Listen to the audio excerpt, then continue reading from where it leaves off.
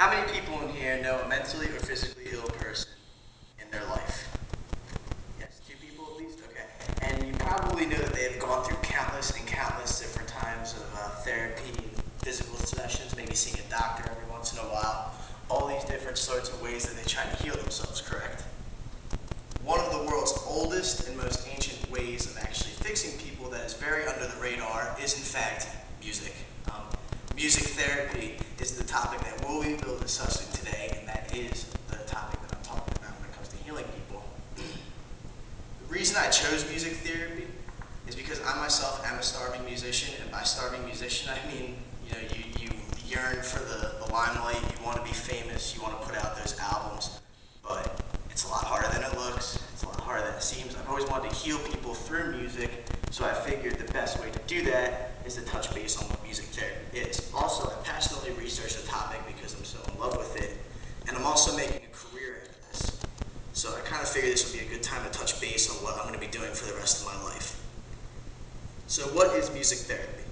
Those are the first things we'll talk about. Secondly, we'll talk about the history of the music therapy business on the world and on the United States, since they're two totally separate eras. Third of all, we'll talk about the uses of music therapy and also how it's growing today.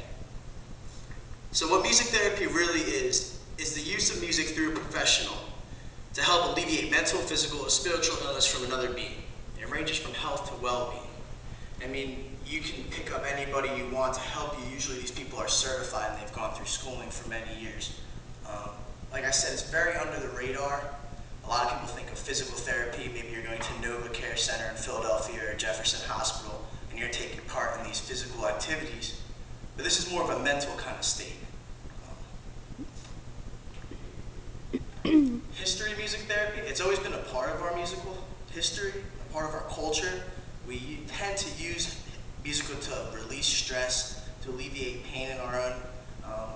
And this dates back to ancient times. Diana Lee from the Ireland Cancer Center, she's a music therapist, certified MTBC.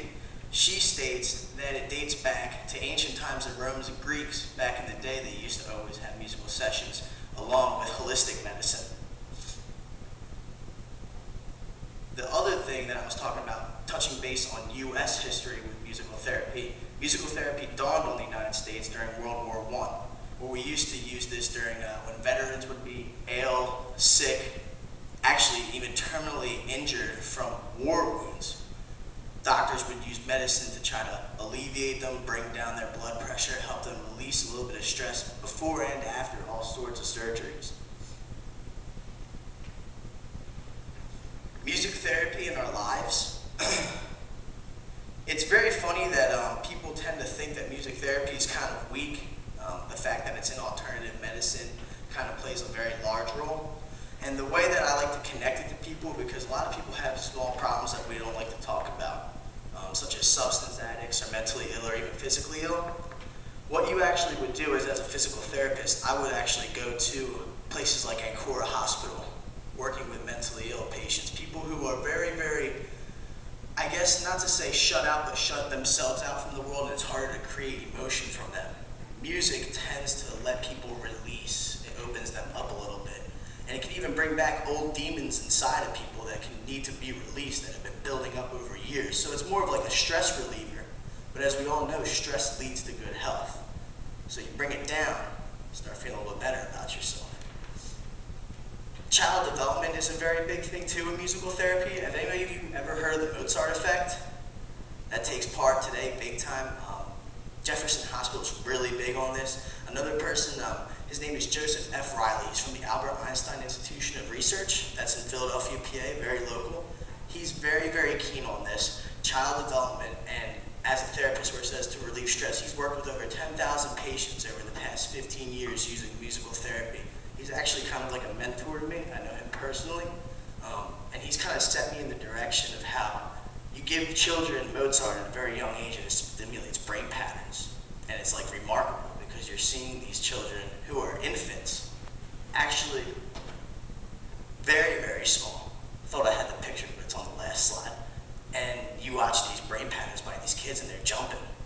Now you look at them 10 years later and their education has also risen. They're more inclined to be more personable, have better manners, and to school.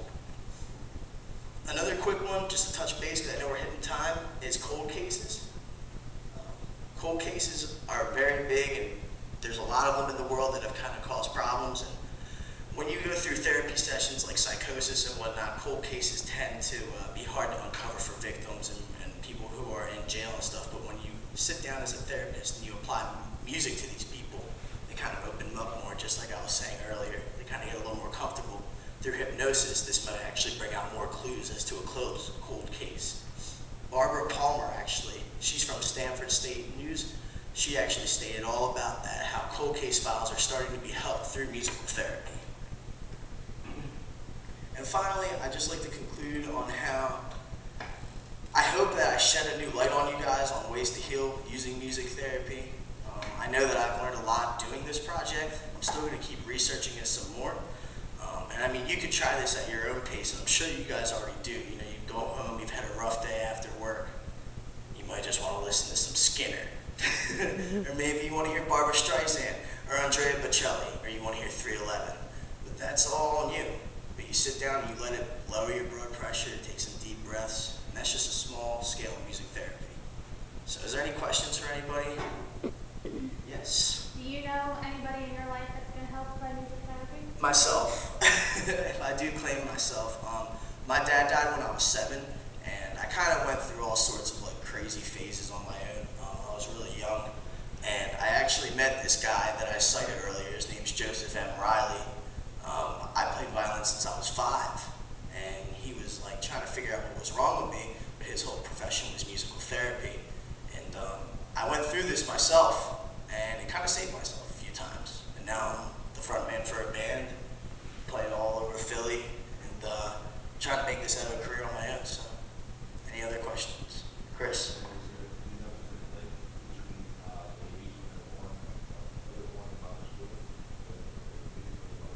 Right, okay, Chris asked a great question. You might see this in movies a lot. My dad used to do this. He's talking about when your parents, when you're in the womb, they put like headphones on your mother. There is a link, and it's more of a link as to how comfortable a child will be. You hear when parents talk about, well, the baby knows it's me. You know, it knows it's me because it's been inside its mother the whole time, hearing its voice. And it's funny because I strongly believe that there's a connection. My friend's sister just had a baby. He's my other guitar player, and that house is always loud. Drums are going, guitars, basses, vocals, it's always going. We're always playing down there. And she'll bring that baby downstairs. He doesn't cry, he doesn't budge. Because it's almost like he's used to that sound for the past 9 months, being in that room with Tommy's sister sitting next to us. You know, she's in the wound cell. Any other questions? The final one before this wraps up?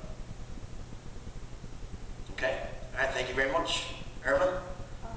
Yes. My question is, I know that you said that there was, people were followed for 10 years, and I was just wondering if you might have had another example of what exactly was brought out in these people. Like what is actually brought out in them? Well, you look at people, I know Dr. Riley actually explained to me, I asked him kind of the same question a few years back after I took classes with him for about 3 years. I finally asked him the question, you know, like what is the biggest thing that you've ever had save somebody from? And he told me 3 attempted suicides was actually what he saved people from, people who were actually depressed. And it was funny because he told me the first person that tried didn't even listen to music, never really liked any artist. And to me, that's bizarre. I have no idea how you can never, it's such an emotional ride. And Dr. Riley changed that guy's life. He basically just had him sit down and listen to all sorts of music over a spectrum, and his chronic depression was gone. And he's still alive. So, thank you very much.